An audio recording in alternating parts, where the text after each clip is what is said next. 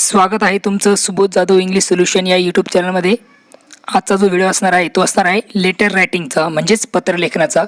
पत्रलेखनाचे दोन प्रकार पडतात, आपल्याला सर्वांना माहिती आहेत. पहिला आहे इनफॉर्मल लेटर आणि दुसरा आहे फॉर्मल लेटर. ह्या व्हिडिओमध्ये आपण बघणार आहोत फॉर्मल लेटर म्हणजे काय, त्याचा फॉर्मॅट काय असतो, सगळ्यात महत्त्वाचा फॉर्मॅट काय आहे आणि त्याचे एक्झाम्पल्स आपण काय करणार आहोत ह्या व्हिडिओमध्ये कव्हर करणार आहोत. त्याचबरोबर ज्या काही इम्पॉर्टंट लिंक्स आहेत लेटर रायटिंग संदर्भातच्या, त्याची लिंक्स तुम्हाला डिस्क्रिप्शनमध्ये दिलेल्या आहेत, तुम्ही त्या जाऊन बघू शकता आणि आणखी सुद्धा माहिती तुम्ही लेटर रायटिंगबद्दल घेऊ शकता. चला तर आता वेळ न गमावता आपण सुरुवात करत आहोत. फॉर्मल लेटर म्हणजे काय आणि त्याचा फॉर्मॅट काय असतो आणि त्याचं एक्झाम्पल समजून घेऊया.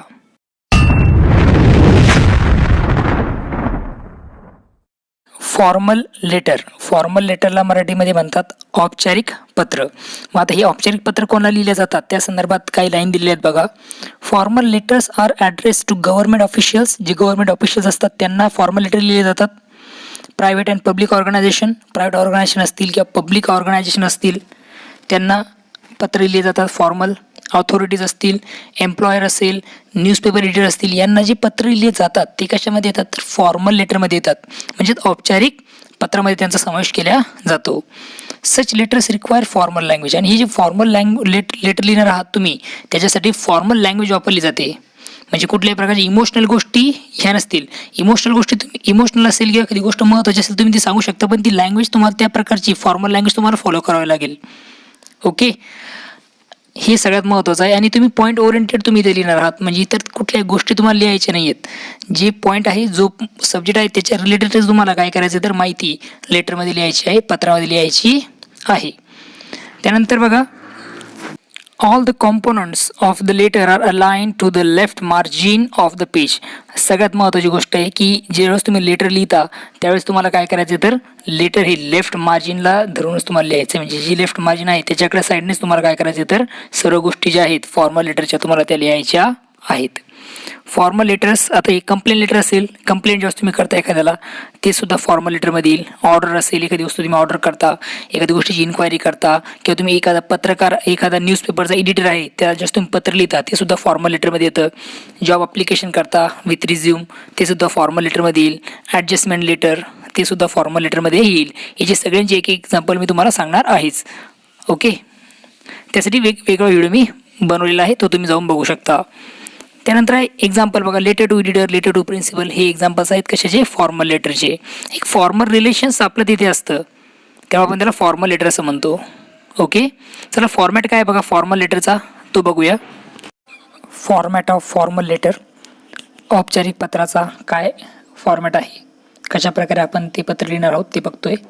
लक्षात ठेवायचं आहे सगळ्यात महत्त्वाची गोष्ट, जेव्हा तुम्ही फॉर्मल लेटर लिहिता सुरुवातीला ह्या 3 ज्या लाईन आहेत त्यामध्ये तुम्हाला काय करायचं आहे तर you should write the name of the sender and sender's address. Sender जो आहे त्याचं नाव आणि त्याचा ॲड्रेस तुम्हाला टाकायचं आहे 3 लाईनमध्ये. त्याच्यानंतर तुम्ही काय करणार आहे, पुढची जी लाईन आहे ती तुम्हाला काय करायची आहे सोडून द्यायची. ही लाईन तुम्ही काय करणार सोडून देणार. त्यानंतरची लाईन त्यामुळे तुम्ही लिहिणार डेट. ओके, म्हणजे हे तुम्ही 3 ॲड्रेस 3 लिहिले, त्याच्यानंतरची लाईन सोडून द्या, तुमच्या नोटबुकमध्ये तुम्ही बघू शकता. आणि त्यानंतर डेट लिहा. डेट लिहिण्याच्या आधी ही जी पद्धती तुम्हाला ती फॉलो करायची. तुम्ही अशा प्रकारे डेट लिहिली तरच तुम्हाला मार्क मिळतील, अन्यथा मार्क मिळणार नाहीत. ते चुकीचं होऊन जातं, त्यामुळं डेट अशा प्रकारेच तुम्ही लिहा.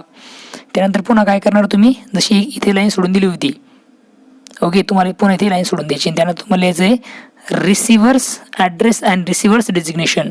म्हणजे ही लाईन सोडल्यानंतर इथे रिसिव्हरचं नाव, त्याची डेजिग्नेशन, नावापेक्षा डेजिग्नेशन तुम्हाला लिहायचं आहे, त्याची पात्रता काय आहे, त्याच्यानंतर त्याचा ॲड्रेस तुम्ही इथे लिहिणार आहात या 2 लाईनमध्ये. हे झालं त्याचं रिसिव्हरचं ॲड्रेस आणि त्याचं डेजिग्नेशन. त्यानंतर तुम्ही पुन्हा लाईन काय करणार सोडून देणार. ही लाईन सोडल्यानंतर तुम्हाला काय करायचं आहे सब्जेक्ट लिहायचं आहे. इथे तुम्ही लिहिणार आहात सब्जेक्ट ऑफ लेटर.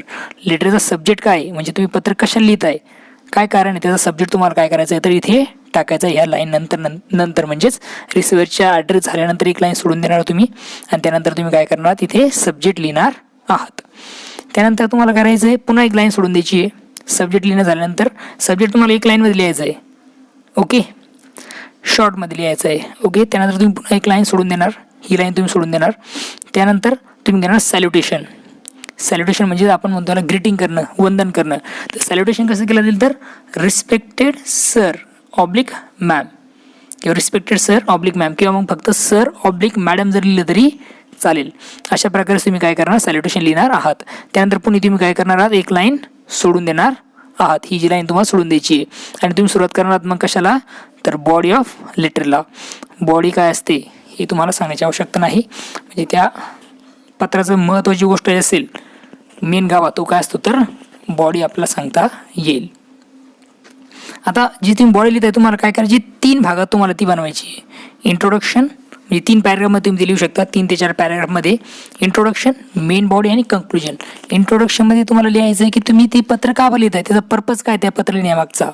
एक शॉर्टमध्ये तुम्हाला सांगायचं इंट्रोड्यूस युअरसेल्फ, स्वतःला त्यामध्ये इंट्रोड्यूस करा तुम्ही कोण आहात आणि त्याचबरोबर तुम्ही पर्पज काय त्याच्या पत्र लिहिण्यामागचा हेतू काय तुम्हाला काय करायचं आहे पहिले इंट्रोडक्शनमध्ये तुम्हाला द्यायचं आहे. त्यानंतर असणार आहे मेन बॉडी. मेन बॉडीमध्ये तुम्ही काय करणार give a detail of the matter. जे मॅटर आहे त्याचं तुम्हाला डिटेल सांगायचं आहे त्यामागचं कारण. सुरुवातीला तुम्ही पर्पज सांगितला ते पर्पज तुम्हाला डिटेलमध्ये सांगायचं सेकंड पॅरेग्राफमध्ये. आणि तिसरा जो पॅरेग्राफ असेल तो म्हणजे कंक्लुजनचा. त्या कंक्लुजनमध्ये तुम्ही काय करणार आहात तर शेवट तुम्हाला करायचं आहे. तुम्हाला काय एक्सपेक्ट आहे तुम्हाला त्यात सांगायचं आणि तुम्ही काय करणार तिथे शेवट करणार आहात. ओके. आणि त्यानंतर असेल पुढचा point.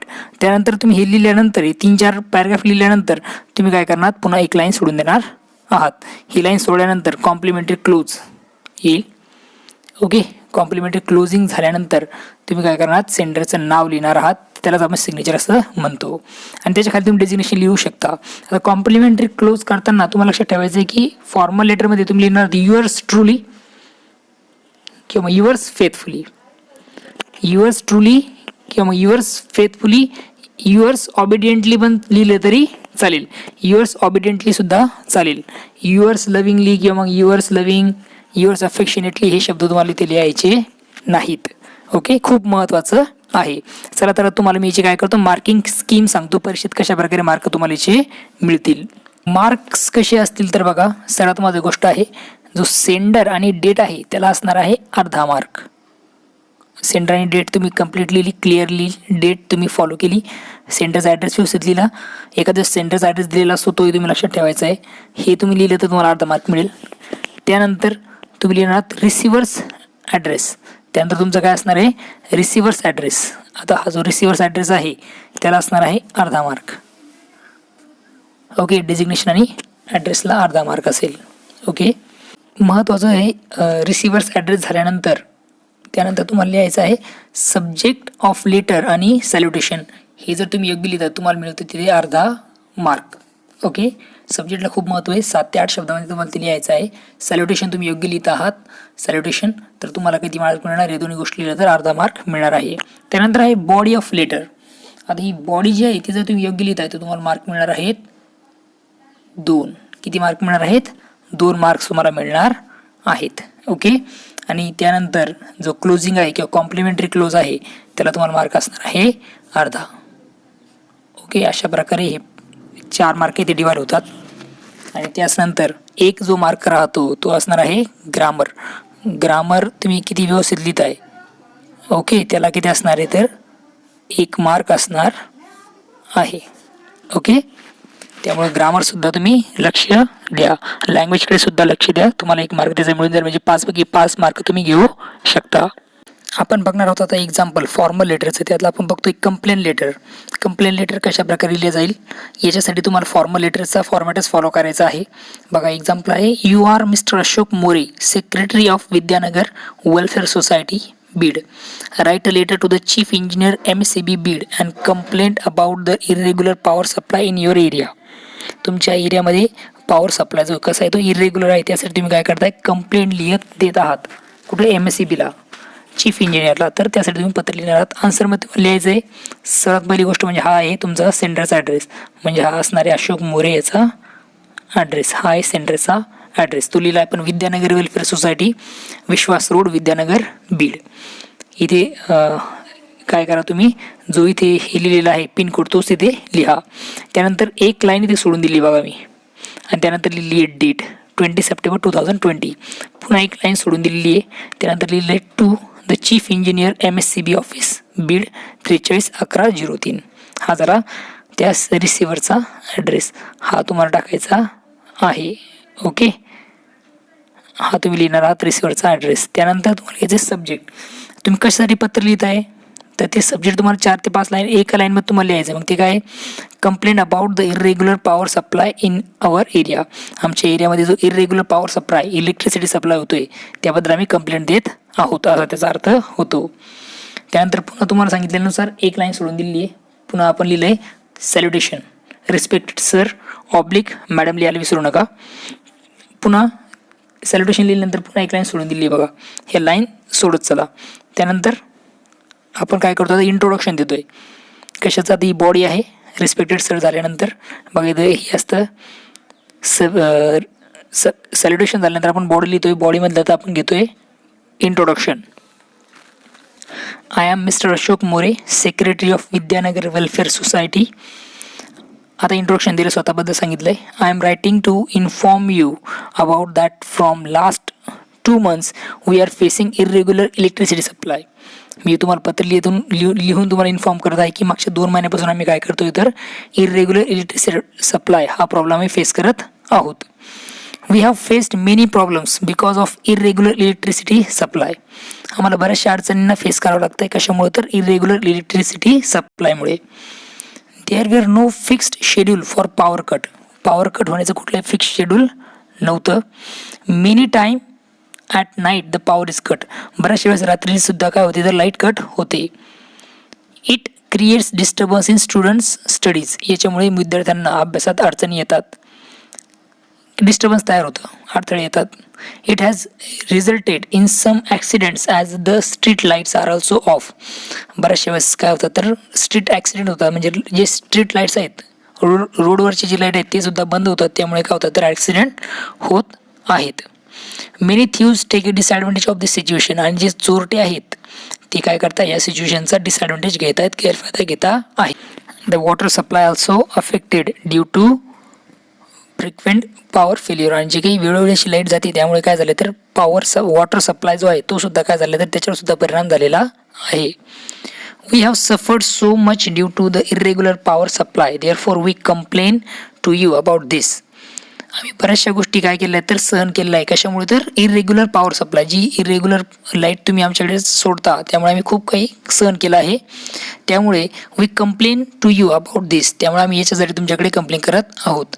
And wish you will take personally look in to this matter. आणि अपेक्षा आहे, अशी इच्छा आहे की तुम्ही या गोष्टीकडे काय करावं तर पर्सनली या मॅटरकडे बघावं.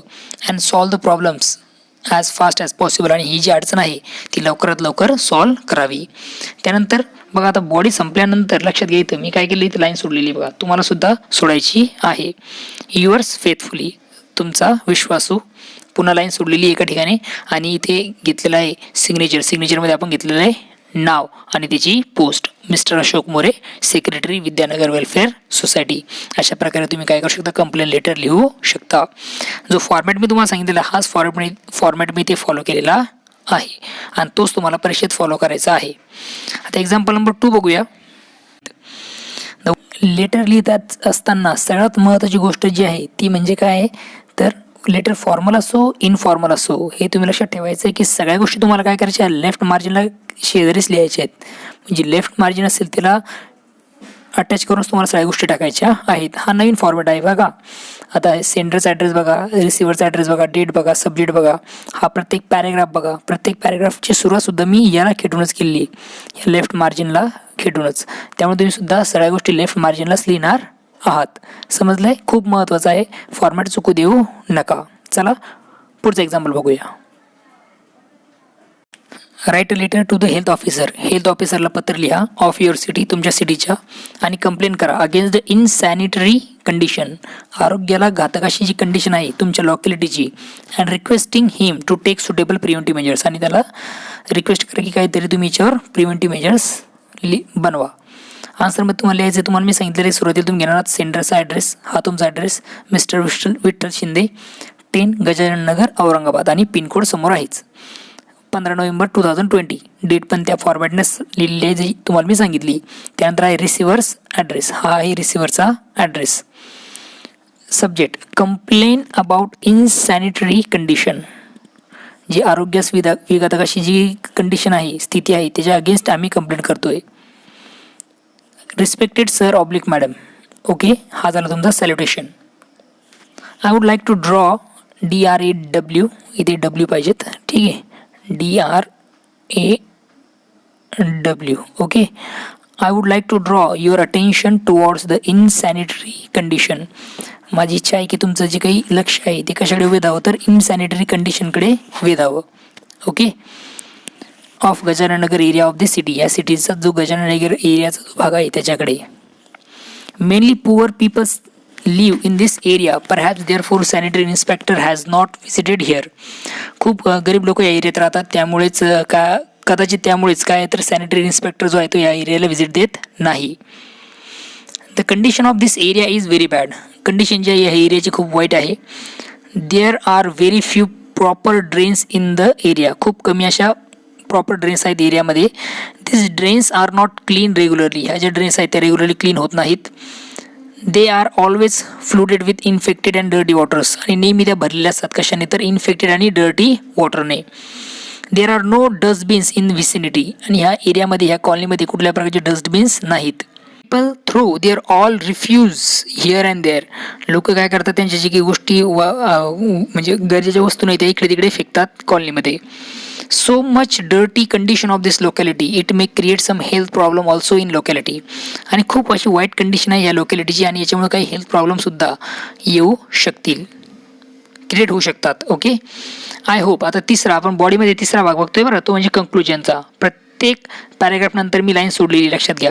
हा पहिला इंट्रोडक्शनचा होता सिटीपर्यंत, त्याच्यानंतर मी लाईन सोडलेली आहे. इथे आता ही दुसरा पॅरेग्राफ संपला, त्यानंतर मी लाईन सोडलेली आहे बघा. आधी लाईन दिसत नाही परंतु इथे मी लाईन सोडलेली आहे. त्यानंतर बघा इथे पण लाईन सोडलेली आहे बॉडी संपल्यानंतर. हे आहे तुमचं कॉम्प्लिमेंटरी क्लोज, थँकिंग यू. त्याच्यानंतर सुद्धा मी काय केलं आहे तर लाईन सोडलेली आहे, आणि त्यामध्ये लिहिलेलं आहे युअर्स फेथफुली मिस्टर शिंदे. आता कंक्लुजनमध्ये काय लिहिलं बघा, तुमच्या अपेक्षा तुम्हाला सांगायच्या आहेत. I hope you will look in to this matter seriously. मला अपेक्षा आहे की तुम्ही या गोष्टीकडे सिरियसली बघाल. And take suitable measures to improve the sanitary condition of this area.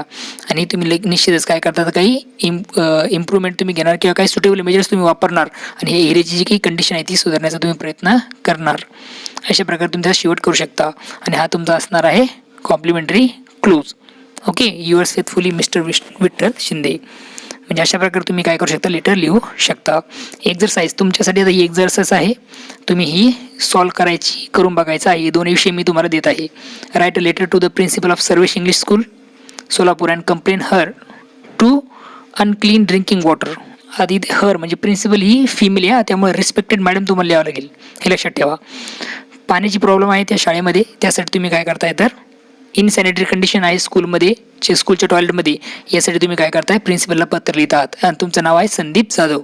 जसं युअर्स फेथफुलीमध्ये विठ्ठल शिंदे लिहिलेलं आहे, तुम्हाला संदीप जाधव लिहावं लागेल, म्हणजे नाव तुमचं ऑलरेडी दिलेलं आहे. पुढचा प्रश्न आहे, write a letter to the police inspector. Police इन्स्पेक्टरला पत्र लिहा आणि कंप्लेन करा against rising incident of chain snatching. म्हणजे चेन ओढणाऱ्यांची जी कंडिशन आहे ती वाढलेली आहे. अँड पिक पॉकेटिंग, आणि पॉकेट मारांचं सुद्धा प्रमाण वाढलेलं आहे तुमच्या एरियामध्ये. आता तुम्ही तुमचं नाव काहीही घेऊ शकता. इथे वरती मी संदीप जाधव दिलं होतं, इथे असं कुठल्या प्रकारचंही कंडिशन नाही, तुम्हाला जे वाटलं ते नाव तुम्ही घेऊ शकता. चला तर इथे आपला व्हिडिओ संपत आहोत. पुन्हा भेटूया नवीन व्हिडिओमध्ये. बघत राहा सुबोध जाधव इंग्लिश सोल्युशन हे यूट्यूब चॅनल. काही सजेशन्स, काही अडचणी असतील तर निश्चित कमेंट सेक्शनमध्ये कळवा. त्याच्यावर निश्चितच काय केलं जाईल तर त्या गोष्टीवर मी कॉन्सन्ट्रेट करण्याचा प्रयत्न करेल. आणि हा फॉर्मॅट व्यवस्थित फॉलो करा. ओके, या फॉर्मॅटला खूप महत्त्व आहे. ओके, चॅनलला लाईक करा, शेअर करा, सबस्क्राईब करा, तुमच्या मित्रांसोबत सुद्धा शेअर करा, जेणेकरून त्यांना हे कन्सेप्ट कळत चालतील. Okay, thank you and take care.